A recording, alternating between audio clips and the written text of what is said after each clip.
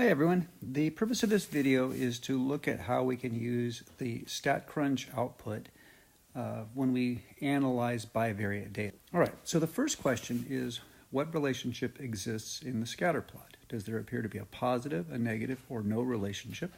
And is that relationship strong or is it weak? Now, I would look at this and say, well, when I start out, all the data seems to be going up in this trend. And it just kind of keeps going up in that general direction. So I'd say, yeah, it looks like a fairly strong, positive linear relationship, which means that there should be a pretty high correlation. So I would analyze that and I'd say, yeah, that looks like it's pretty strong because it really does fit a well-defined pattern. And it is certainly positive, positive meaning that it has a positive slope, meaning it's going upwards, like that, positive slope. Okay, so it's a strong positive relationship. The second question, part B, asks, what is the correlation between foreign and domestic gross? Okay, well now that's asking us to use a statistic to measure what we see in the scatter plot. What we see in the scatter plot is that trend that's going up. When they ask us what is the correlation, so they're really asking us what is R. And if you look here in this region right here, we have R, which is the correlation coefficient, and it's 0.8880929. Well, I'm going to round that off to 0.888. Now, the second part of the question asks, is it significant? Okay, that's when we use that table. Okay, when you see the is it significant, that's where you use the table, and you have to find the critical value. Okay, to find the critical value, we need to know the sample size, which is n. So I look back up here, and I see, aha, n is the sample size, and it's apparently 54. So if n is greater than or equal to 30, if you look back at that table, the critical value you use is 0.361. And since the absolute value of 0.888 is greater than 0.361, it is significant. Are we allowed to use regression results? And the answer is it is significant. So yes, we can use regression because it is significant. Okay, so that gets us through parts A and part B. Part C is asking us, what is the regression equation? Now, when you ask that, you're really asking about section 4.2. That's where 4.2 starts. Everything we've done up to this point, this is all from section 4.1. So now we're looking at the 4.2 and how it relates. So the question is, what is the regression equation? And we want to plot it in the scatter plot. All right, well, the regression equation is also given in this, in the results here. Go back to this. The regression equation is right here where it says foreign equals negative 15.78.0843 plus 1.3337477 times domestic. Okay, now we need a different color here. Let's go purple. So this is the equation, y hat, which is our prediction, equals negative 15.78 plus 1.3337 times the domestic gross, which is x. Okay, remember, domestic gross, that's the x value. The foreign gross, that's the y value. And what we're doing is we're going to create a way to predict it. Okay, so that's the regression equation.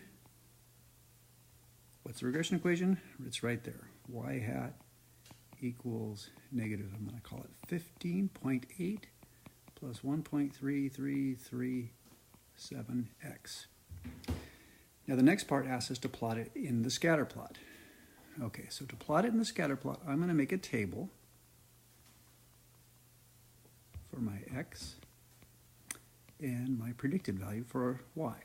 So the x value will be my domestic gross, whatever I'm going to predict. Let's change this to purple.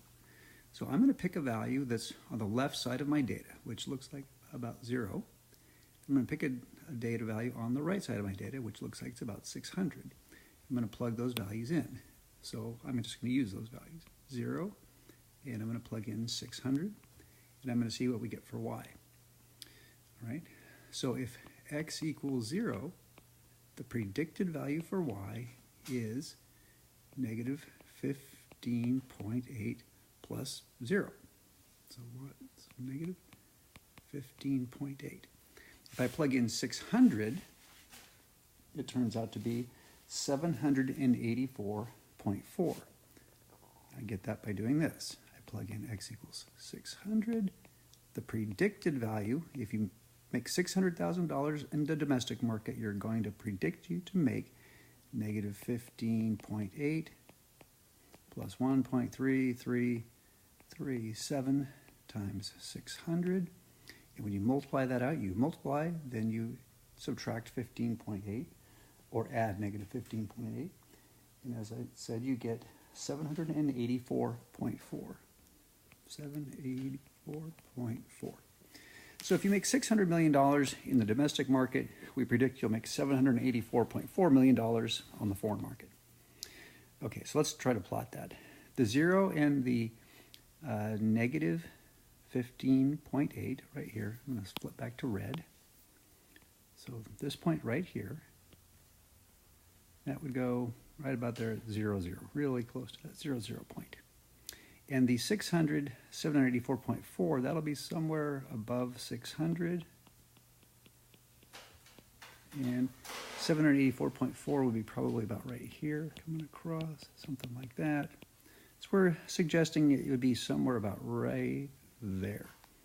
So if we plot those 2 points, one from the left side of the data and one to the right side of the data, we just make a line connecting those two.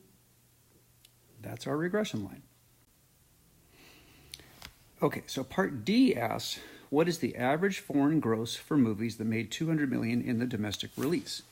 Okay, so what that's really saying is that if you made $200 million in the domestic, that's your X, they're saying, what do you predict for the Y? What do you predict for your Y value? That's the average foreign gross. 3 question marks, because 1 was not enough. All right, well, to find out, we have to use the regression line. If I look up here at the regression line, I'm saying that if I'm at 200, what's right here? What am I predicting for the Y values? And it looks like it's somewhere about right there. So I would say more than 200 million, because 200 is right there. 300 million is about right there, so it's somewhere between 200 and 300 million. That's what I would guess by looking at the picture.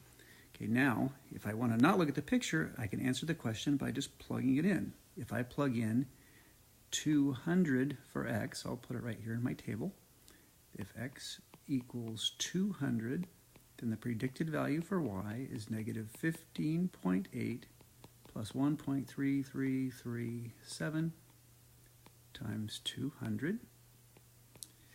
And when you multiply all that out, you get 250.96, basically 251 million. So if you predict, if you think you're going to get $200 billion in your domestic market, you're going to get about 251. Does that look like it's about 251? Yeah, it's more than 200, so that I could believe that's about 251 right there, based on my graph. All right, so what do we predict? Our prediction would be the y hat, which is 251 million. Okay, now part E says specifically, here's a movie, here's a very specific movie, Marvel's The Avengers, made $623.4 million in their domestic release, and it then went on to make $895.2 million in its foreign release. So the question is that 895 above or below the average for movies that made $623.4 million domestically? All right, so we need a different color. We use orange.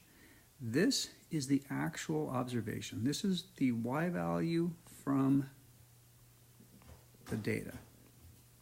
That's how much it actually made. We want to do the residual, which is equal to what you actually made minus the predicted value. Now, if the residual is positive, it means you were above average. If the residual is negative, it means you're a little bit below average. Okay, but it's below or above what you would predict. So what we need to do is we need to actually make a prediction for a movie that made $623.4 million in domestic release. I come back to my table. 623.4. So if X is 620.4, our prediction is negative 15.8 plus 1.3337 times 623.4. And when I crank that through my calculator, it turns into 815.6 million. So 815.6 million. Okay, so that value is, let's see, 895.2 right there. That is more than the 815.6 that we predicted. So it was above average. It's a positive residual. The actual value was 895.2. The predicted value was 815.6. Okay, so the residual is $79.6 million, which is slightly above what we predicted. It's a positive residual, and that positive residual can be seen right in here. If I blow up our picture, this guy right there, that is the Avengers. You can see it's a little bit above what we predicted. Where that line is, that point right there, that's our predicted value. The blue dot is our actual value. Okay, so now the question becomes, for part F, what is the slope of the regression line and what does it represent? The slope of the regression line can be found a couple places. One, if I just look at my equation, it's right here. It's what's multiplying the x. I can also find it right here. Again, multiplying the word domestic because that was my x value. And we used it also right here, and we used it in every one of these equations. Over here, we were using the slope. It's what's multiplying the x value. So the slope is equal to, in this equation, 1.3337. So what does it represent? Well, it basically says that if the domestic gross increases by 1 million, which in this case means it increases by 1, then the foreign gross is going to go up by the amount of the slope. So then the foreign gross increases by the slope by 1.3337 million. So if I say that in words, for every 1 million increase in domestic revenue, you're going to get 1.3 million increase in your foreign revenue. That's essentially it. Okay, so the last question is, what is the y-intercept of the regression line and what does it represent? The y-intercept is right there, and it was what you get when you plug in x equals 0. We did that already. If we plugged in x equals 0, we had our predicted value for y was negative 15.8, and it represents the predicted amount of money you would make on the foreign market if you made 0 on the domestic market. In this case, that doesn't make a whole lot of sense. That's a little bit lower. You can't really make negative money or lose negative money. It doesn't really make sense to think of it that way. But that's what the value represents in this case. It's what you would predict to make on the foreign market if you could possibly make 0 on the domestic market, which I would say doesn't make much sense in reality. As far as being a geometric thing, being the intercept, it sure makes sense, but in reality, because you can't really make 0, it doesn't make a lot of sense to us. Okay, I hope that was helpful. Please let me know if you have any questions, and understand that this is the kind of thing that I would be asking on an exam. All right, thanks. Bye.